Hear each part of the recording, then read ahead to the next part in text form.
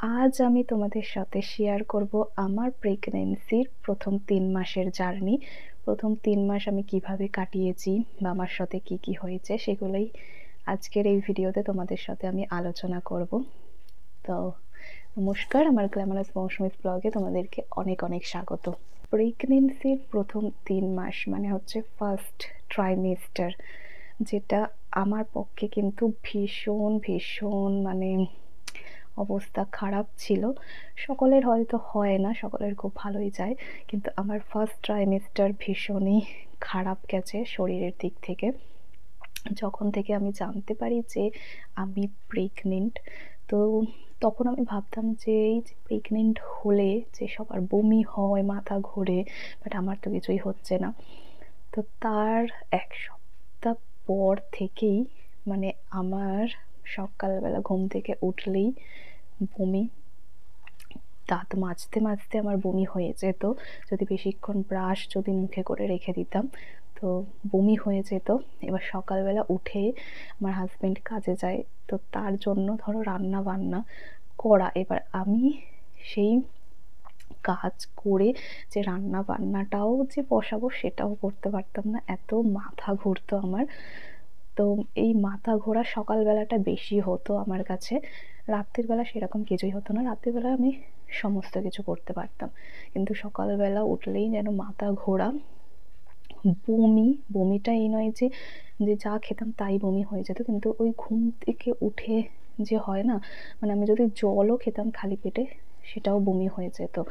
আর খালি পেটে থাকলেও বমি বমি পেত, কিন্তু যেহেতু খালি পেট যার জন্য কিছু আসতো না, হতো না খালি পেটে।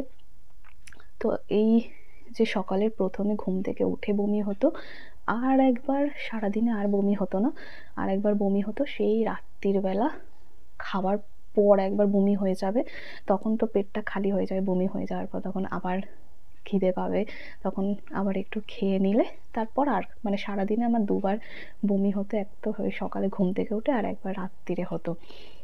তো এই বমির জন্য নিজের শরীরও দুর্বল হয়ে গেছিলো, আর মুখে তো কোনো রকম মানে গ্লো ভাব ছিল না, একদম শুকিয়েই গেছিলাম। যা ওয়েট ছিল তার থেকে 2-3 ওয়েট আমার কমেও গেছিলো। তো তারপর যখন আমি ডাক্তার দেখাই, ডাক্তার দেখানোর পর বমির ওষুধ দিয়েছিল, তো ওই বমির ওষুধটা আমায় চালিয়ে যেতে হয়েছিল। বমির ওষুধ আমি যেদিনই বন্ধ করতাম সেই দিনই মানে আমার বমি হতো, কিন্তু বমির ওষুধ খেয়ে মানে প্রতিনিয়ত যদি আমি খেয়ে যেতাম তাহলে বমিটা হতো না। তো এইরকম প্রায় আমার ফার্স্ট ট্রিমেস্টারটা চলেছিল, প্রথম 3 মাস। মানে প্রথম 3 মাস আমার এই বমির ওষুধটা আমার ভীষণ কাজে দিয়েছিল। মানে আমি ভাবতাম যে যদি যে থাক একদিন বমির ওষুধ খাবো না, তো এই যদি আমি ভেবে না খেতাম তাহলে আমার খাওয়ার পরে বমি হয়ে যেত, সকালবেলা হোক আর রাত্রিবেলা হোক, আর তার মাঝখানে আমার কোনো বমি টমি কিছুই হতো না। কিন্তু হ্যাঁ, সকালবেলাটা ভীষণ শরীর উইক লাগতো, আমি দাঁড়িয়ে থাকতে পারতাম না, বসে থাকতে পারতাম না, মানে একটুখানি কিছু করার পরে আমি বিছানায় শুয়ে পড়তাম, এরকম অবস্থা হয়ে গেছিলো। আর মুখে তো ব্রণর দাগ, আর আমার একটু খোঁটার অভ্যেস ছিল, তো যখন ব্রণ হতে ঘুরতাম মুখে দাগ হয়ে গেছিলো, বাট এখন সেটা একদমই নেই।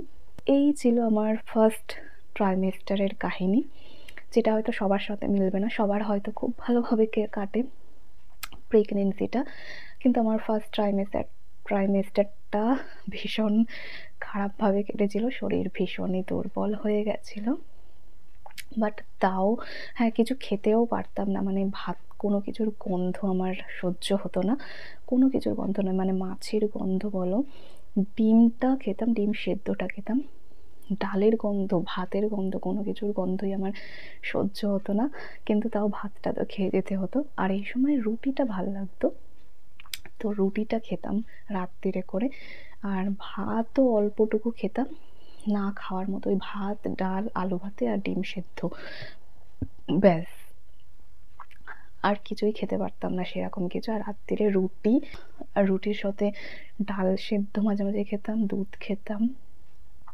এইরকম মানে সেরকম কিছু খেতে পারতাম না। বলছি না মানে 2-3 ওয়েট আমার কমেই গেছিলো, 2-3 কেজি ওয়েট ফার্স্ট ট্রিমেস্টারে। তো এই ছিল আমার কাহিনী। তো চলো আজকের মতো ভিডিও আমি এখানেই শেষ করছি। আবার দেখা হবে অন্য কোনো ভিডিওতে। টাটা।